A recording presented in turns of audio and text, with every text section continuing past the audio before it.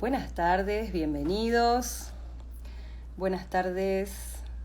Hola amigos. Qué bien, desde La Plata, desde Ciudad de México. Se van sumando a nuestro live Accesibilidad Activa, Ponte en Acción. Hoy tenemos un invitado muy especial, Misael Ruiz, desde México. Él es campeón de tiro con arco paralímpico. Estamos muy emocionados de poder entrevistarlo hoy. Vamos a invitarlo a sumarse.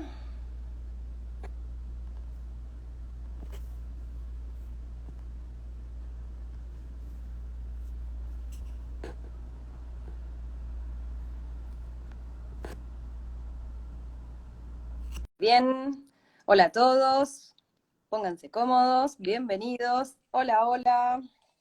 Hola, ¿Cómo estás, Misael? Bienvenido, buenas tardes. muy bien. ¿Y tú, Lorena, cómo estás? Bien, muy contenta, muy contenta de poder estar compartiendo esta entrevista, este diálogo. Saludos desde Nicaragua, ya nos están saludando, me gusta, veo de Argentina, de México, Hola. de Nicaragua. Bien, bien latinoamericano, me encanta. Te decía, muy contenta de tener esta oportunidad de conversar con vos esta tarde. Vamos a ir dejando que se vayan conectando de a poquito nuestros seguidores. No quiero adelantar demasiado, ya obviamente en las redes de Fundación Comparlante fuimos comunicando que lo que haces es tiro con arco Ujú. paralímpico. Y, Sí. y te cuento, mientras se va sumando gente, una anécdota. Hace poquitito Ujú. entrevistamos eh, a Martín Kremenchowski de Argentina. Él hace Ironman, es Ok. triatleta Ironman, tiene discapacidad visual. Y él nos contó, así en su relato, de cuáles eran los deportes que él había probado hasta llegar al running, porque él nació a los 35 y a los 37 empieza a correr. Y en un Ok. momento nos dijo que había probado el tiro con arco y todo el mundo quedó como, wow, tiro con arco, de verdad, una persona con discapacidad visual. Y después cuando, nada, te encontramos en las redes, encontramos al campeón en las redes, dijimos, qué bueno poder invitarlo para que les cuente a todos los que siguen a Fundación Comparlante cómo es que una persona con discapacidad visual nada, es campeón de tiro con arco y todos los detalles de la disciplina. Así que, bueno, te invito a que arranquemos. Primero, Perfecto. la pregunta rompehielo, la difícil. Siempre arrancamos difícil. Tú échala. No, hola Romy, no te asustes. La pregunta es, ¿quién es Misael Ruiz por Misael Ruiz?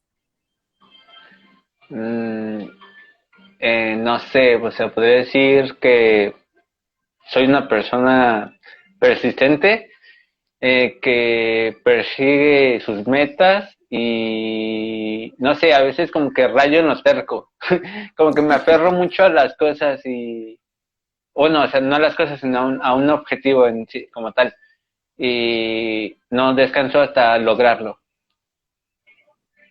Me encanta. Bueno, esa es la manera de llegar a ser campeón. Digamos, si no fueras constante, persistente, si no fueras a fondo, no hubieras Sí, llegado a ser campeón paralímpico, campeón de tiro con arco paralímpico. sí. Misael, contanos cómo es que llegaste a este deporte. Por curiosidad, como tú decías, yo también me sorprendí cuando nos dijeron aquí en México que existía el tiro con arco para ciegos.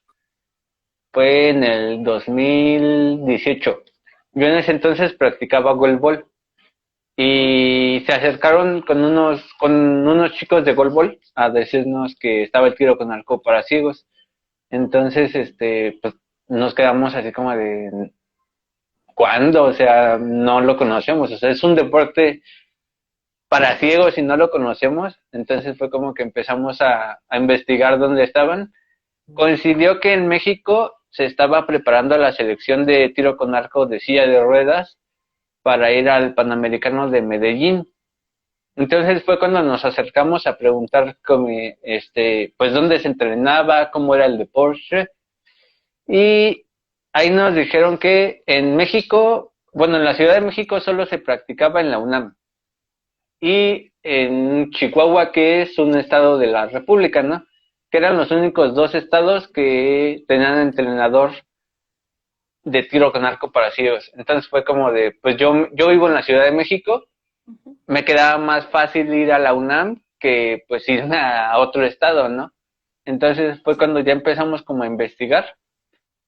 Y de las dos personas que fuimos como a investigar, solo me quedé yo, porque pues es un deporte demasiado caro.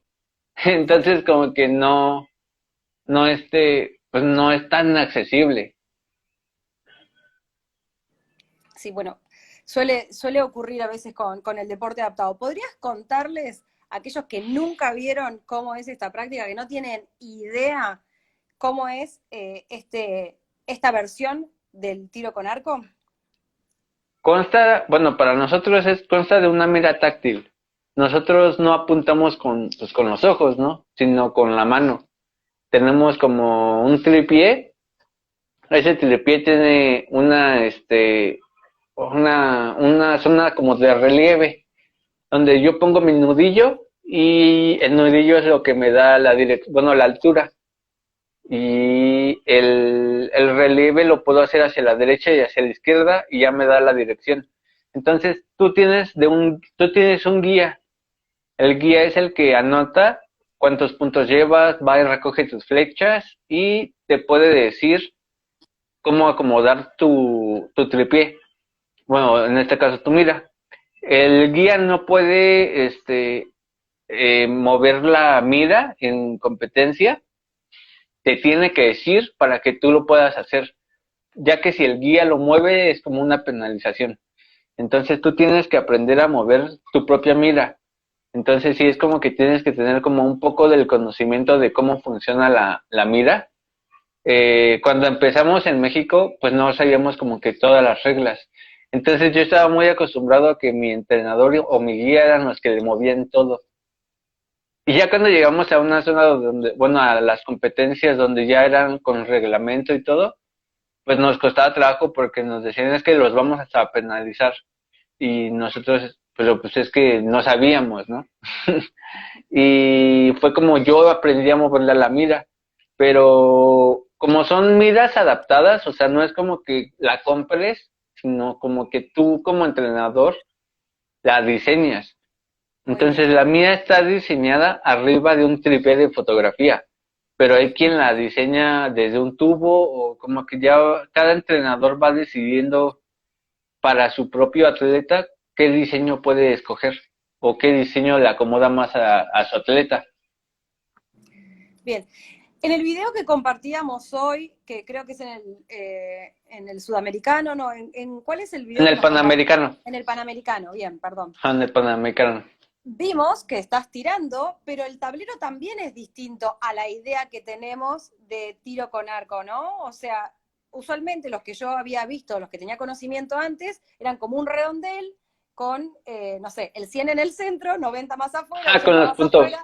No, Ajá. es que a donde tú estás, bueno, el video con el que que les compartí, es en la zona de práctica. Entonces la paca de zona de práctica no tiene diana. La paca de Ah, zona de práctica está a 3 metros y el, nosotros en la categoría de ciegos competimos a 30 metros. wow. Entonces es como que muy diferente la zona de tiro, de entrenamiento a la de competencia. Pero es que este Panamericano fue un poco raro porque, pues, por todo lo de la pandemia, no hubo asistente o no hubo asistencia. Entonces realmente no era como que tuviéramos como personas tomándonos fotos o grabando videos, sino como que todos los que estábamos ahí fuéramos de equipo de entrenadores o atletas. Entonces los entrenadores no era como que podían estar tomando fotos o videos durante la competencia, ¿no? Y Ujú. los pocos videos que tengo son cuando estoy practicando porque no estoy compitiendo. Entonces sí podía alguien tomarme un video o una foto. Pero la competencia es a 30 metros. Bien. Entonces, el lugar a donde estás apuntando es el regular, es el mismo que digo yo, Ajá, ¿no? En el es el centro, miro bien. ajá, es el mismo que todos usan, la diana. Y, por ejemplo, nosotros usamos una diana de 80 centímetros a 30 metros y va del 10 al 1. Entonces, pues sí es complicado porque por ejemplo, a 30 metros yo no veo. Mi campo visual es de 2,5 metros. Bien. Entonces, obviamente yo no veo como a dónde apunto, pero sí tienes como la memoria muscular. Cambia mucho en cuanto a entrenamiento a ya la competencia, porque en el lugar en el que yo entreno, yo estoy muy acostumbrado a que ya están las pacas desgastadas del centro porque no soy el único que entrena ahí. Ujú. Entonces, el ruido que hace el centro de la paca no es el mismo que hace a los alrededores, ¿no? Ok, Entonces, cuando se escucha muy suave, sé que estoy tirando bien. ok. Y Se te escucha corregís muy duro. automáticamente. Ajá, o sea, cuando se escucha muy suavecito el impacto de la flecha, sé que estoy tirando muy bien o que estoy tirando por lo menos al centro. Ujú. Y cuando ya se escucha muy fuerte el impacto, sé que estoy afuera de la zona donde debería de estar. Pero en competencia no puedo hacer eso porque como son pacas nuevas, todos los impactos, sean en el centro o alrededor, Claro. suenan igual de duro. Entonces es como que tienes que aprender a manejar la técnica para no confiarte en los sonidos. O sea, yo en la zona, en el campo que yo entreno, pues sí, estoy perfecta, ¿no? Pero ya trasladarlo a otro campo me cuesta trabajo. Entonces tuve que aprender a mejor mecanizar los movimientos para no depender tanto del oído. ¿Y cuántos tiros son en la competencia? Son 72 tiros de competencia y en la práctica puedes tirar, bueno, es libre, puedes tirar varias flechas. Entonces, alrededor de la competencia, pues terminas tirando unas 120 flechas Wow. en clasificatorio y en las rondas olímpicas tiras tres, bueno, depende de cómo vayas avanzando. En las rondas olímpicas es el primero que llega a 6 puntos, gana. Las rondas olímpicas son como ya los playoffs, por decirlo así. Entonces ya de ahí es de donde sale el campeón. Te hago una consulta. Hay distintas categorías. Ayer hablábamos, cuando hicimos el adelanto y la prueba, me hablabas del B1, B2. ¿Cómo se dividen esas categorías? Bueno, aquí son 2 categorías de competencia y 3 categorías médicas, igual que todas las de ciegos, ¿no? Que es B1, que es ciego totales. B1 compite solo con B1 para que pues, la competencia sea justa.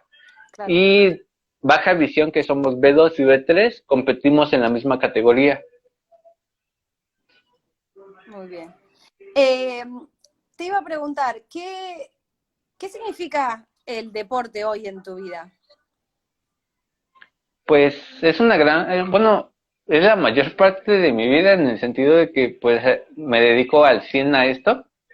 Entonces no es como que tenga un trabajo alterno, sino que de lleno estoy en esto. Y no sé, o sea, ha sido como, yo entré ya también grande, así como decías de Marchini, yo también ya entré grande, yo ya entré a los 23. Por favor, eso no es grande. Pero empiezas a competir con personas que llevan compitiendo desde los 8 o 7 años. No, claro, claro. Entonces, como que ya te llevan una ventaja en cuanto a muchas cosas del alto rendimiento que tú no dominas todavía, ¿no? Entonces, cuando yo llegué, pues ya había personas que ya habían ido a Panamericanos, a Juegos Olímpicos, entonces como que empezar a entrenar y ponerte a su nivel era como interesante, entonces era como un reto personal. Y ya ahora es como lo que más disfruto, ¿sabes? Es como me encanta hacer deporte y no me veo haciendo otra cosa. ¿A los 23 empezaste con esto o con el No, con con el goalball, golbol? Con el con golbol. goalball. Ok.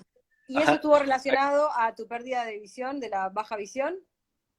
No, yo nací con uveitis y practicaba, o sea, practiqué muchos deportes, pero solo eran como hobby. Realmente no era como que pues, los practicara para competir, ¿no? Era como pues, llegabas a jugar fútbol o llegabas a jugar golbol, pero no era como que me interesara como inmiscuirme mucho en el deporte. Pero a los 23, bueno, no, sí, a los 20, sí, 22, 23, no, 20, ay, ya ni sé. A los 23 me diagnostican esclerosis múltiple. Entonces, como parte de la rehabilitación, empecé a hacer deporte y coincidió que me pensionaron de mi trabajo y pues realmente no tenía otra cosa que hacer y me apegué mucho como al deporte porque era lo que me permitía, pues no sé, o sea, como que sentirme útil otra vez o sea, yo todo el tiempo nací con o conviví con mi discapacidad, pero pues había llevado mi vida de la forma más normal, ¿no? O sea, había estudiado en escuelas regulares, tenía un trabajo y de repente me da esclerosis, me provoca otra discapacidad y me dicen que ya pues tengo que pensionarme, ¿no? Y no sé, o sea, como que las palabras de útil para la vida, no apto para el trabajo, era como, me impactaron mucho, ¿no? Y sí fue como, pues el preguntarte qué voy a hacer ahora, ¿no? Y así fue como me acerqué al deporte. Y en ese momento, ¿cuál fue, digamos, el rol de, nada, de tu familia? También lo que decías vos hoy, ¿no? Aquellas personas que te acompañan en la práctica del deporte mismo. Pues muy importante, tanto mi familia como mi pareja fueron como las personas que más estuvieron ahí. Y pues no sé, o sea, como que lo que ahora tengo o lo que ahora he logrado, pues ha sido en gran parte a ellos, ¿no? Siempre han estado como, en primera son como mis más grandes patrocinadores porque pues cuando empecé en esto del deporte, pues era como que viajes acá, viajes allá, pero pues tú los tenías que costear.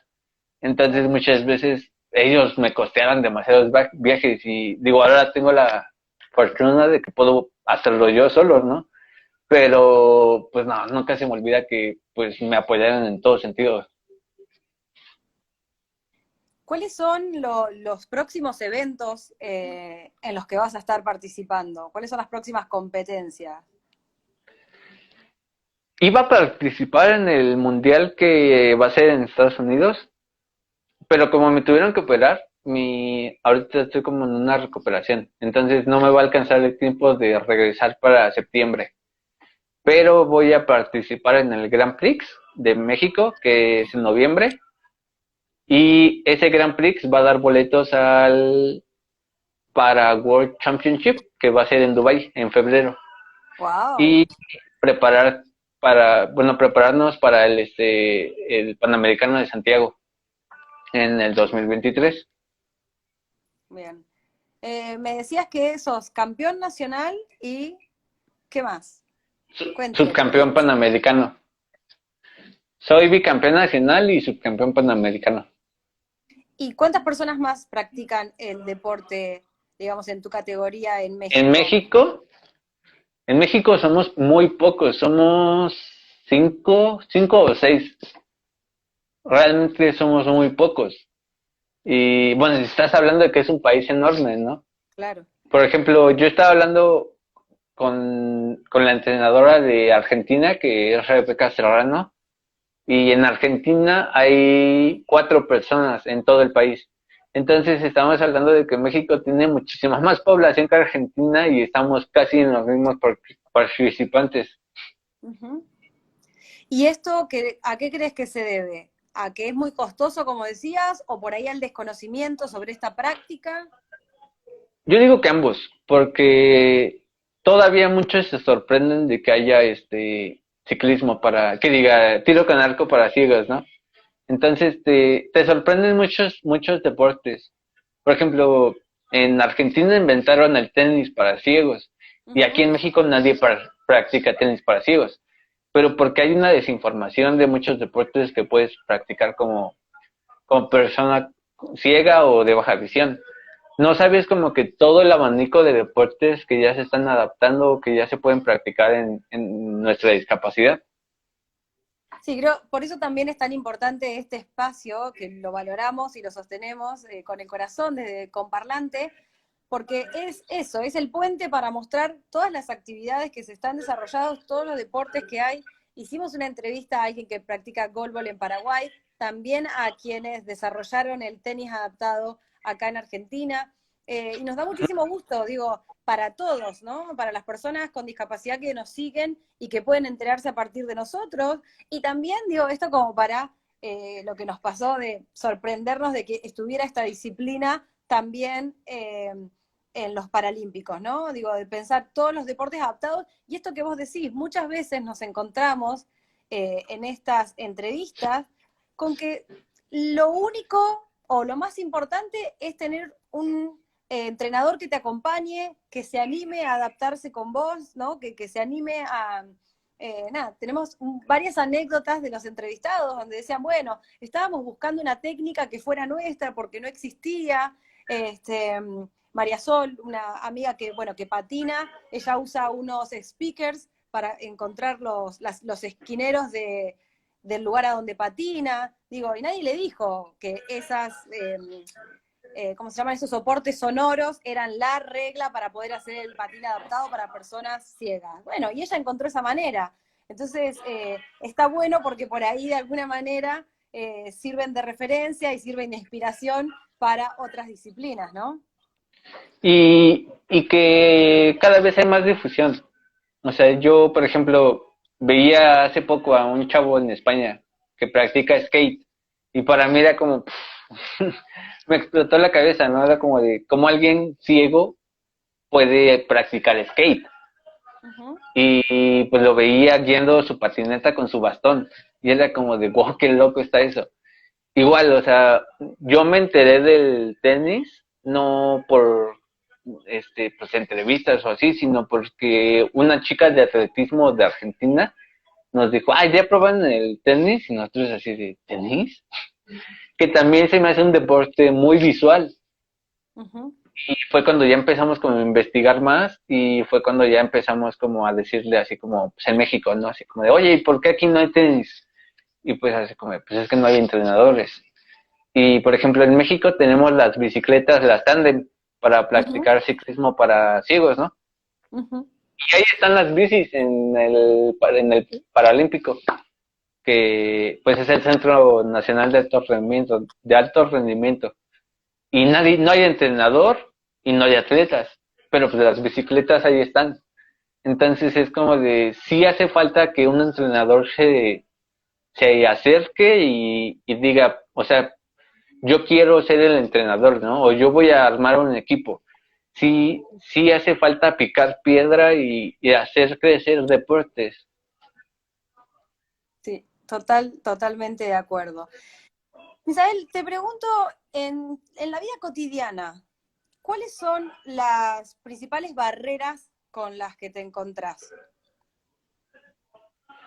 Mm, o sea, en general, no Sí, en el en deporte. general. Digo, uno de los puntos que trabaja Fundación Comparlante más fuerte, uno de nuestros pilares, es la promoción de la accesibilidad, desde infraestructura, accesibilidad digital, pero bueno, también sabemos que a veces, no sé, una falta de actitud positiva o proactiva hacia la discapacidad también puede ser una barrera.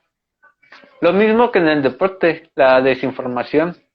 Nada más que pues hay grados de desinformación, ¿no? No afecta lo mismo la desinformación deportiva que ya la desinformación de una sociedad en cómo saber tratar a alguien con una discapacidad o el cómo ser empáticos con una persona con discapacidad. Entonces sí es como que la ignorancia, desinformación de la sociedad en general. No sé cómo sea en Argentina esa parte social, pero aquí en México sí como que no está tan avanzada. ¿En qué, en qué situaciones lo vivís o Pues lo sentís? en el sentido de que, pues no sé, o sea, todavía te ponen como, no, tú no puedes hacer esto porque tienes una discapacidad, ¿no? O aquí en México es como la palabra, estás enfermito. Entonces es como de, no, tú no porque estás enfermito. O no, tú no, no, tú no. Como que te limitan mucho y te limitan mucho. Entonces sí es como, es muy difícil que alguien con una discapacidad acuda a una escuela regular, porque tú vas a una escuela regular y no hay rampas de accesibilidad, no hay como esa información de que alguien pueda estudiar con o en un sistema regular. Tienes que buscar escuelas como para ciegos, escuelas como para personas sordas, escuelas especiales. Ujú. Es como que sí, a veces te limitan mucho, o se hace un círculo muy pequeño.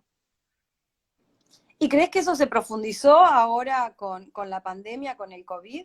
Esa sensación de que la persona con discapacidad es enfermita y hay que como protegerla o sobreprotegerla o... Pues no, o sea, yo creo que siguió igual. O sea, la diferencia que ahorita, por ejemplo, yo creo que ayudó en el ámbito laboral para que las empresas se den cuenta, bueno, sí que puedes desempeñar cierto trabajo desde tu casa, ¿no? Ujú. Entonces eso abre el campo para muchas personas que tal vez no tienen la movilidad para salir de su casa, o en lugar de poner una rampa para tu empresa, o de bajar una aplicación para que las computadoras sean parlantes, pueda contratar a personas con discapacidad y estén trabajando desde su casa. Entonces siento que esa parte de que ahorita todos estuvimos como haciendo todas las actividades desde casa, en el sistema laboral pueden servir. Y en el escolar, pues sí, no podría o no sabría cómo hacerlo para que, pues sí se integren las personas con discapacidad a una escuela regular. Yo creo que parte de la integración a una sociedad, sí necesitas hacer todo de una manera regular. Si te sigues separando por segmentos, pues nunca vas a pertenecer realmente a una sociedad. Sí, sí, bueno.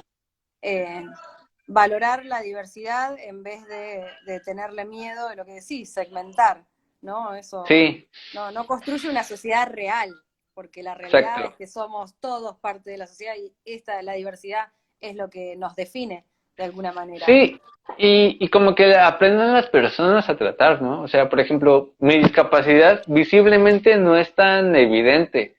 Entonces, a mí me tratan pues como si fuera una persona normal o convencional. Ujú. Y en cuanto se enteran que tengo una discapacidad, cambian su actitud y me tratan como si fuera de cristal. Y es Ujú. como de, o sea, me tratabas bien o me tratabas normal cuando no sabías que tenía una discapacidad y solo porque ya sabes que tengo una discapacidad cambias tu forma. A mí esa parte no me gusta, ¿no? Entonces yo por lo menos con mi círculo cercano, con mis amigos, así, sí trato de cambiar toda esa parte y afortunadamente mis amigos entienden y cambian pues o dejan de hacer todo ese tipo de cosas. Totalmente. Hace un tiempo yo estaba en India participando en un curso donde había varias personas con discapacidad visual. Ujú. Y a mí me llamaba la atención y me enojaba muchísimo, muchísimo, que cuando íbamos a comer a un restaurante, el señor que atendía la mesa, el que nos servía, venía y me preguntaba a mí, ¿qué van a comer? Y a mí me ponía furiosa, porque yo le decía, pero pregúntele. Y si usted no tiene un menú en braille, bueno, léaselo entero. Digo, ahora esto de la pandemia también nos ayudó porque con el código QR las personas con Sí, discapacidad visual pueden acceder al menú desde su teléfono, sí, tu ¿no? O sea, celular lo hace todo, ajá. pero hay herramientas y eso a mí me molestaba muchísimo. Es esto, como vos decís, me tratás de una manera porque evidencias que tengo una discapacidad y me tratás de otra manera si crees que no tengo una discapacidad. Sí, y me ha pasado, o sea, te digo, o sea, yo he ido a comer con entrenadores o así, y era lo mismo, o sea, los entrenadores les decían, ¿y qué quieren ellos? Y nosotros así como de, yo sé lo que quiero. Tal cual, Y pues claro. los entrenadores también era como, pues pregúntenle, aquí están, ¿no? O sea, ellos son los que pues, ellos van a comer. Y sí, o sea, como que hay muchas partes que no saben tratar o no saben cómo dirigirse. Y pues sí es complicado, porque pues no es algo que puedas cambiar de la noche a la mañana, ni que puedas cambiar solo porque lo deseas, ¿no? Sí es Sí. como te digo, o sea, esa parte de desinformación o de ignorancia es muy difícil, desgraciadamente, de cambiar. ¿Y cómo fue para vos y para tu familia, digo, esto de la esclerosis a los 23? ¿Cuánta información, digo, porque esto decía, yo ya estaba acostumbrado, nací con la discapacidad visual, era parte de mi vida, esta era mi normalidad, pero a los 23 te encontrás con otra discapacidad. ¿Cómo Pues fue sí, eso? muy difícil, porque el proceso, mis papás siempre me habían dicho que yo tenía que ser independiente, ¿no? Y mis papás me decían, tú tienes que aprender a hacer todo por ti solo porque nosotros no te vamos a vivir toda la vida. Entonces yo crecí como con toda esa mentalidad de mis papás. Y sí, o sea, yo siempre fui como independiente. Y cuando me diagnostican esclerosis, o sea, yo sí vi como a mis papás, como de una manera en la que nunca los había visto con la uveitis, ¿no? Porque, pues no sé, tal vez era como un golpe muy fuerte para todos, y para ellos era como de otra vez como empezar, ¿no? Y, y no sé, o sea, como yo nunca los había visto como desencajados, y en ese momento sí los veía como rotos. Y todo lo que me habían dicho hacían completamente lo contrario, porque ahora me facilitaban en toda mi vida, ¿no? O sea, me daban de comer, me hacían todo, me llevaban pues, a todos lados al baño, me vestían. Entonces, todo su discurso que ellos habían realizado en mí durante 23 años, lo cambiaron completamente. Y pues sí, para mí era como un bloqueo, ¿no? Y en ese entonces mi pareja, pues hacía todo lo contrario, mi pareja me forzaba a que yo no sé, como que avanzara o hiciera todo por mí solo, ¿no? Entonces me apegué mucho a mi pareja porque mi pareja hacía lo que mis papás me habían dicho desde niños, ¿no? Y yo sabía que, o sea, yo sabía que todo lo que mis papás habían fundamentado en mí desde niño era lo que me había servido. Entonces yo me apegué mucho a mi pareja porque dije, o sea, mi pareja está haciendo lo que mis papás me enseñaron a hacer desde que soy niño, desde que tengo uso de razón, ¿no? Entonces me sirve más esto que el que me faciliten todo en mi vida. Y fue cuando empecé como más a luchar por rehabilitarme, a por volver a ser independiente. Y se fue como empezar de cero otra vez y demasiado, demasiado difícil. Porque en México sí es como mucha desinformación en cuanto a varias enfermedades, ¿no? Y por ejemplo, aquí en cada día internacional de la esclerosis, pues luego salían en la televisión entrevistas con personas con esclerosis múltiple, ¿no? Pero sacaban al caso más visible porque pues obviamente pues es lo que genera rating, ¿no? Entonces, pues yo cuando llegaba así con alguien y decía, no, pues tengo esclerosis múltiple, me decían, no, tú no tienes esclerosis porque yo vi en la tele y están de esta manera y tú no estás de esa manera, tú no tienes esclerosis. Y yo así de, no, o sea, es muy amplia la variedad de la esclerosis. Entonces, era como muy conflictivo. Por ejemplo, yo ahorita me invitaron a participar en un proyecto con otros jóvenes que también tienen esclerosis múltiple. Entonces, para mí es como muy padre porque podemos aportar para que tal vez otras personas no pasen por lo mismo que nosotros pasamos, ¿no? Por esa desinformación o por esa ignorancia que nosotros vivimos. Entonces, como que nuestra forma de verlo ahora puede ayudar a que otras personas que vienen atrás estén muchísimo más informadas al recibir un diagnóstico de esclerosis múltiple y eso está muy padre. Qué bueno. Sí, también para las personas, para sus familias, para poder contener esa situación que llega y que es nueva, porque muchas veces es eso, ¿no? Tampoco la familia sabe cómo reaccionar ante estas situaciones. No, y una discapacidad siempre va a abarcar a tu familia porque pues son parte de, o sea, tal vez tú tienes la enfermedad, pero siempre va a involucrar a todo tu círculo cercano o los va a afectar de cierta manera. Totalmente. Sí, siempre en estas entrevistas le pedimos al entrevistado que nos diga qué mensajes le dirías a la familia, porque muchas veces son deportes como extremos, ¿no? Entonces, ¿te animarías a que tu hijo eh, con discapacidad visual haga surf? Por ejemplo, que tenemos un chico hoy que dijiste lo de el skate, hay un chico acá de Sí, Argentina que hace surf y que también anda en skate, todo. Eh, eso, siempre poder trabajarlo desde la contención, ¿no? Desde la información, desde el acompañamiento. Y hay muchos que les da miedo, ¿no? Por ejemplo, aquí en México hay un chavo que practica alpinismo Ujú. y obviamente es muy riesgoso de hacerlo ciego, ¿no? O sea, sí necesitas de tener como que mucho apoyo, pues, de un equipo para poder realizar ese tipo de deportes.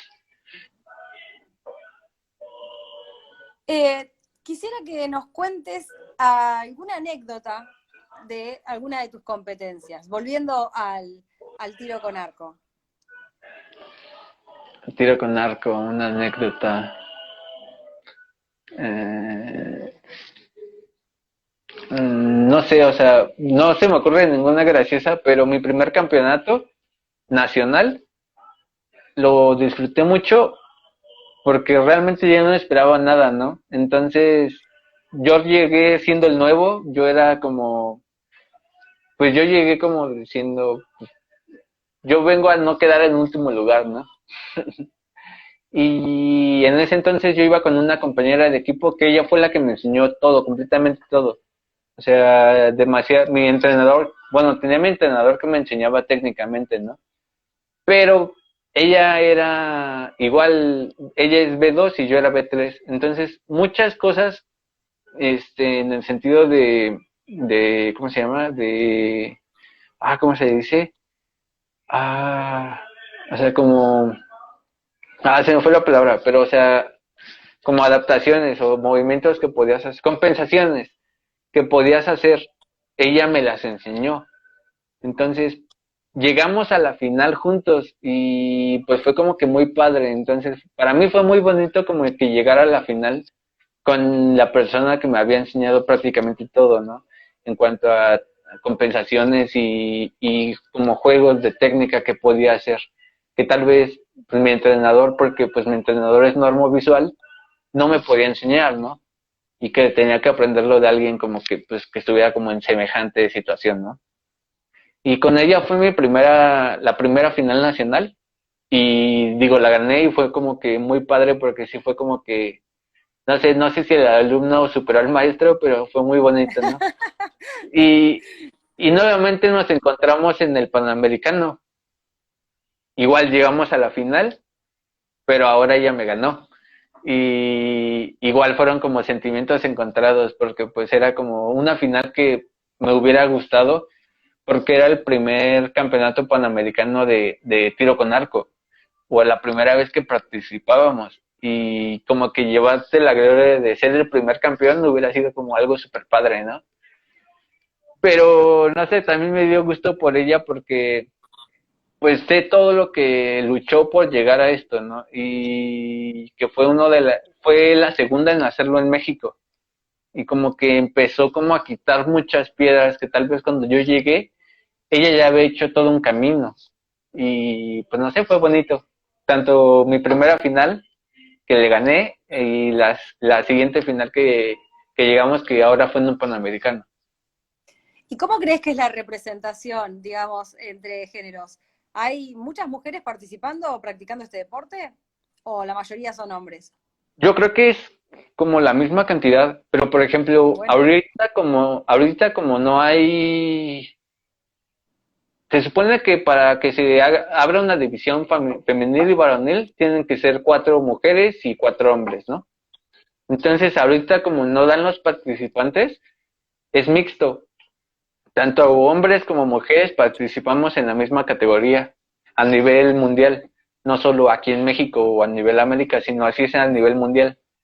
Entonces tú ves como, por ejemplo, en el mundial pasado que fue en Holanda, tú veías a la par a los hombres y a las mujeres. Entonces Qué no es bueno. como que, ajá, no es como que porque eres hombre le vas a ganar a una mujer, ¿no? O sea, era como muy parejo el duelo. Entonces sí estaba como muy, muy padre eso. Digo, supongo que mientras más vaya creciendo, ahora sí ya se va a separar entre femenil y varonil. Pero por lo mientras que es mixto, está muy pareja la competencia. Qué bueno, me encanta, me encanta. Misael, ¿dónde puede seguirte la gente que está hoy conectada o quienes después accedan a este video? ¿Cómo pueden seguir tu carrera? Aquí en Instagram es misa-ruiz-r. En Facebook es @misa-ruiz-archeli. Y ahí vamos a estar como que compartiendo. Igual te digo, todo esto del proyecto de jóvenes con esclerosis múltiple, pues es a nivel Latinoamérica, entonces como que también vamos a estar como que ahorita, o voy a estar como muy pegado a compartir muchas cosas sobre esclerosis múltiple y que te des cuenta de que la esclerosis múltiple es una enfermedad con demasiados rostros. No es como que todos somos, no sé, como los mismos, ¿cómo se dice? Las características, ¿no? Y me agrada eso, el que sea tan variado. Y porque pues lo que me sirvió a mí, tal vez no te sirva a ti, pero si hay alguien más que te puedes asemejar a lo que él hace, ¿no? Entonces sí, este proyecto me interesa demasiado y también se va a estar compartiendo por todo estas de las redes sociales. Bueno, te estaremos siguiendo y estaremos compartiendo también este nuevo proyecto. Siempre las puertas de la fundación, contá con nosotros para lo que quieras, cualquier campaña o lo que quieras que difundamos, siempre, siempre, siempre bienvenidos a colaborar y a cooperar. ¿Un mensaje final quisieras dejarnos? Sí, que sí, bueno, difundir mi deporte y que es muy bonito, o sea, la verdad, no sé, te atrapa. A mí me atrapó demasiado en el sentido de que es muy diferente a como lo esperaba, ¿no? Sí, tal vez llegué por curiosidad y realmente era como de, pues solo llegué para ver cómo era, ¿no? O sea, no llegué pensando en que me iba a quedar. A mí el golbol me sigue encantando y sigo pensando que es uno de los deportes más bonitos, pero me atrapó, no sé, o sea, es demasiado emocionante el tener un arco en tus manos y esa adrenalina de que tienes un arma prácticamente y dispararla es muy emocionante. Cuando, cuando yo llegué a preguntar, a mí nada más me dieron una liga y me tuvieron con una liga 2 horas. Y la verdad se me había hecho ya demasiado aburrido. Y yo dije, yo ya no regreso a esto, ¿no? Yo ya me voy a mi golbol y ahí estoy bien. Pero en eso, antes de que me fuera, me dice el entrenador, ven, te voy, tira una flecha. Y me dio un arco y me dio 3 flechas, ¿no? Entonces cuando hice el mismo movimiento que había hecho con la liga, pero ahora con un arco, fue como completamente otra sensación y como que, no sé, me gustó demasiado tener como ese, no sé, esa adrenalina, ¿no? Y fue por eso que me quedé. Y digo ahora, por ejemplo, que estoy más inmiscuido en eso del tiro con arco, te das cuenta que la mentalidad de las personas en Latinoamérica es muy diferente a la de otros países, porque en Corea, igual el ciego tuvo que trabajar con liga 2 años antes de que le dieran un arco. Wow. Y yo la verdad, y coincidimos mucho como con otros arqueros de Latinoamérica, que en Latinoamérica somos muy desesperados y que nadie hubiera aguantado estar 2 años con una liga nada más antes de agarrar el arco, ¿no? Entonces, para nosotros, no sé, como que tiene que ser más empírico ese sentimiento del deporte. Pero es muy interesante cómo se maneja en otros países. Y, por ejemplo, en Argentina van avanzando muy bien, a pesar de que nada más son 4 o 5, pero van avanzando muy bien. Entonces, yo les recomendaría que si les interesa el tiro con arco, se acercaran a Rebeca Serrano, que es la entrenadora nacional, que es la única que lleva ese proyecto, porque pues no te diría, ve a una escuela normal o a una escuela convencional, porque tal vez te dicen, no, eso ni existe, ¿no? Y pues ya, te vas, ¿no? Y ya no regresas. Entonces yo te diría que busques en tus asociaciones quién es el entrenador para que te puedas acercar a la persona indicada, porque sí es muy difícil que un entrenador, pues, no sé, empiece a trabajar de cero, cuando pues no tiene como ese interés, ¿no? De hacerlo. Muchísimas gracias por este tiempo, nos encantó conocerte. Te mandamos un abrazo grandísimo hasta México. Vamos a estar siguiéndote y te repito, siempre las puertas de Fundación Comparlantes abiertas para acompañarte y por apoyar todo lo que emprendas.